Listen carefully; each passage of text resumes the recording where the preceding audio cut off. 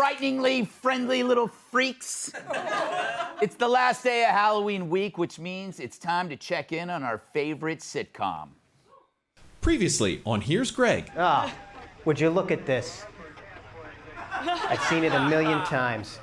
Another miniature red plastic car running over a coworker after being driven recklessly by a tiny gray Gutfeld dummy.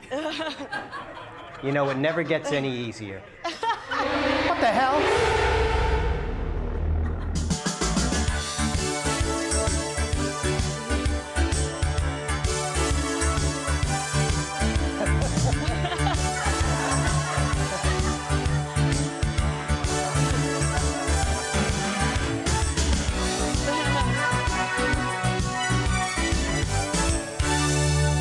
Tonight's episode, Justice Comes Calling.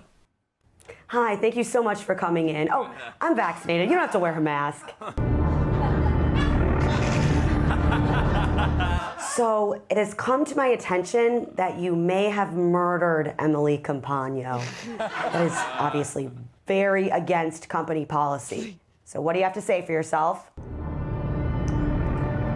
Take your silence to mean that you're denying the allegations, but you have an extreme amount of facial wounds.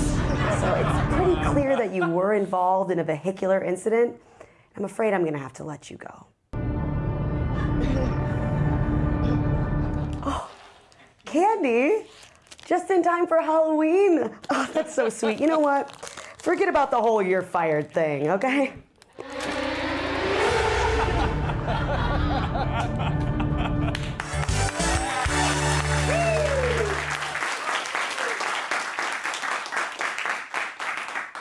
The show has allowed me to kill both Emily Campagno and Kat Timpf.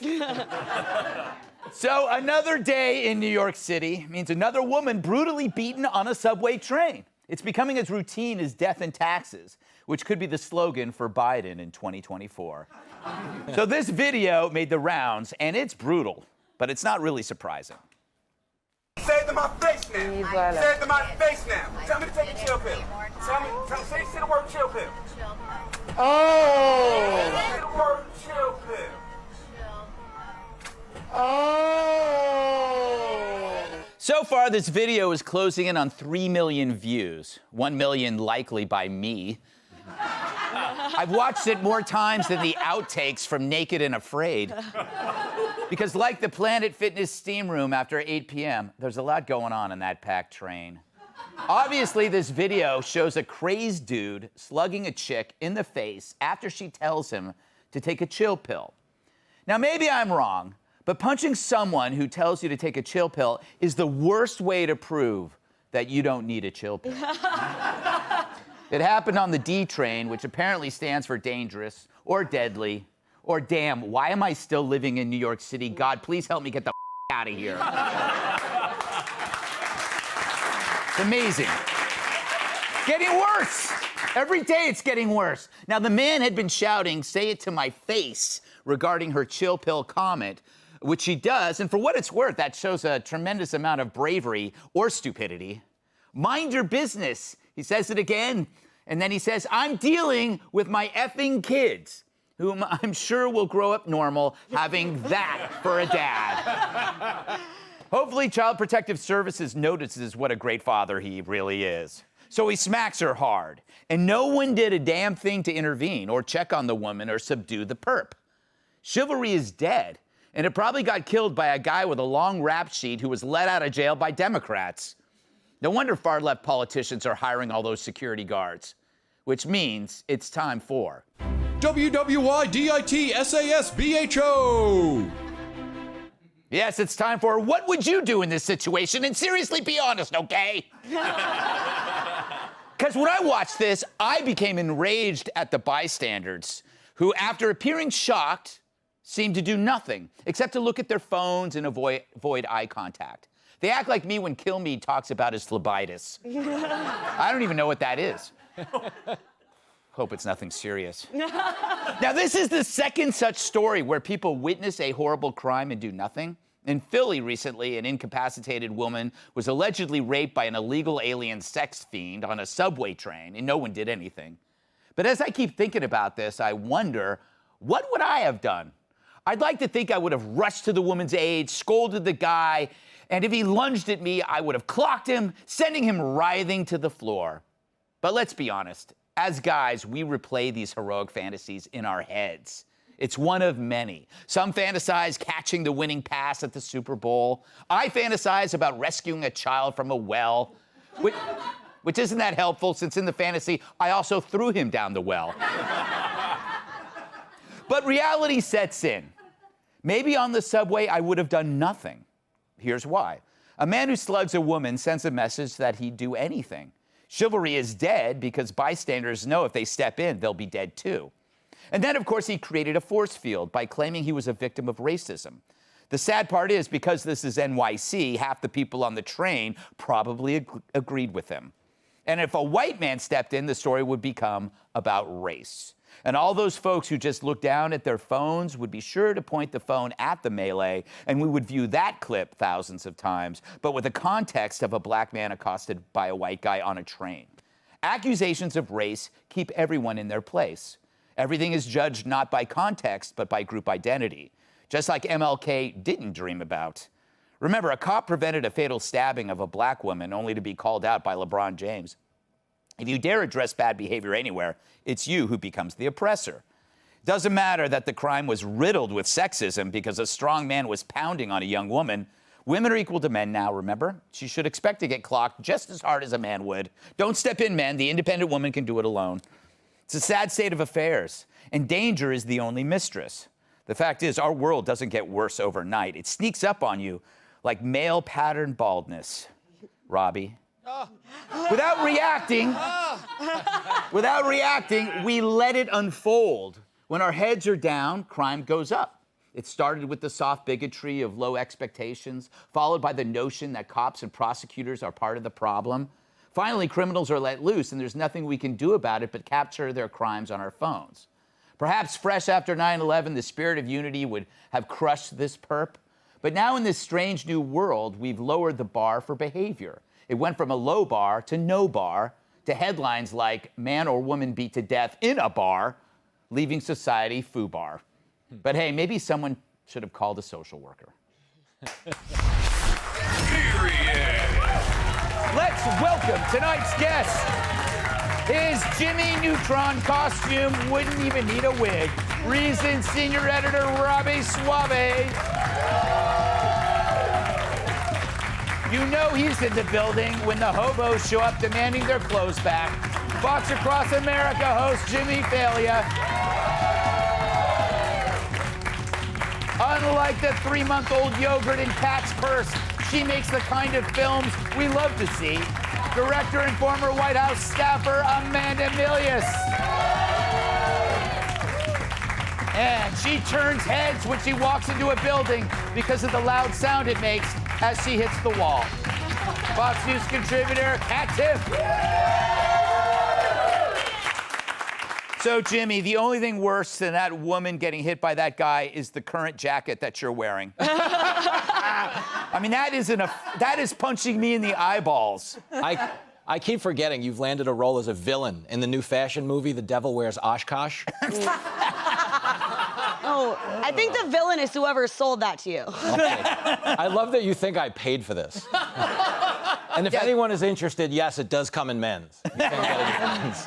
Are we, what, is this a disturbing sign of society, or is this just how people act in a packed subway so they don't get hit? Yeah, well, that's part of it. I mean, that's why guys didn't jump in. And I have mixed emotions on this because I spend a lot of money on Craigslist to get beat up, you know? So there is that element to the story.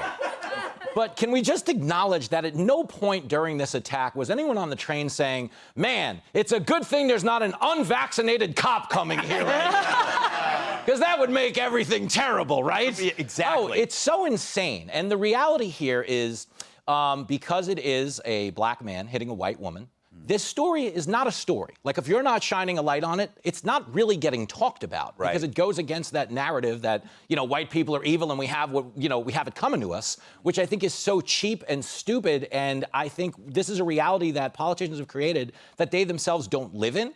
And I think even getting beyond race, we're going to see more of this just because the subway is what? A constant reminder that things aren't going well for you in life. You know what I mean? You're stuck on the subway. Have you ever had one of those moments? Because everybody's mad. Everybody is the worst version of themselves on the subway. Have you ever had one of those moments where you run to catch the train? I mean, you run. And like right as you get there, the door shut right in front of your face. You're like, God, I hope that train blows up. You know what I mean? But then a second later...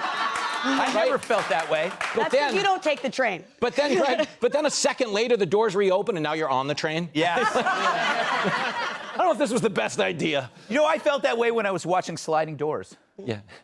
A callback to a 1996 film starring Gwyneth Paltrow. What is wrong with you people? Listen, I love she missed the sliding doors and then her life changes and then she dies. I like that part. Amanda, let's talk about movies. Your dad, Death Wish, right? No. Wait, what movie? What movie?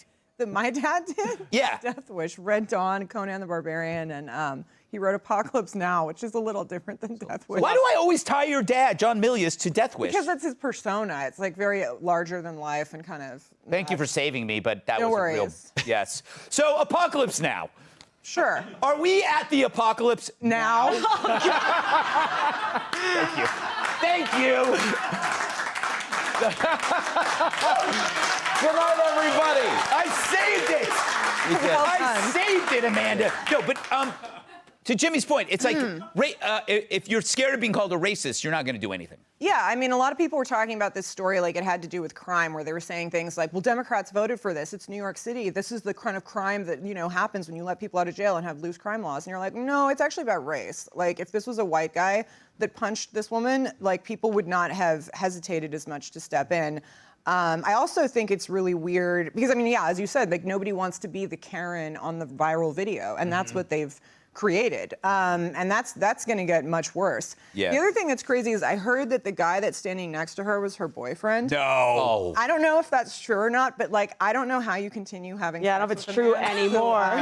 Yeah, like how do you continue they- to have like a normal relationship with a man that doesn't step in that situation? That's bananas. Well, we don't know that, but let's pretend it is true. Because that's what we do. Okay, no problem. I'll do that for you. I'll give you like the unverified. Yes. Yes. The unverified was her boyfriend, and yes, they're not sleeping together anymore. No problem. Yes. All right, Robbie. As I said in my monologue, every guy thinks that they're going to do something, right? I'm sure you've had these fantasies on your little electric scooter. I'm going to write about it later. Oh, really bold action I will take. Journalist, no big deal. I know. But, you know, I think, I don't know how new this kind of stuff is. It's now we're recording it on video. Now, everyone all the time has their phone out. They see something. They got to let you see 30 seconds of it. Not what happened before, not what happens after. True. And we all form impressions, and we're talking about it on TV, which is what everybody does. But I don't know how new it is. It is new to, like, hear about crime or hear about, like, in D.C., where they're shooting, someone's murdered, and then you wait, and you go, okay. And they weren't socially distancing. Yes. Oh, no. Yeah. That's what alarms me. Yeah, that subway was packed, by the way. Some of those people did get COVID. Cat. Well, listen, COVID's like the best thing to catch on the subway, if we're being honest. It's the safest thing to catch, actually. Yeah. I've caught some things there, and I've taken it home with me.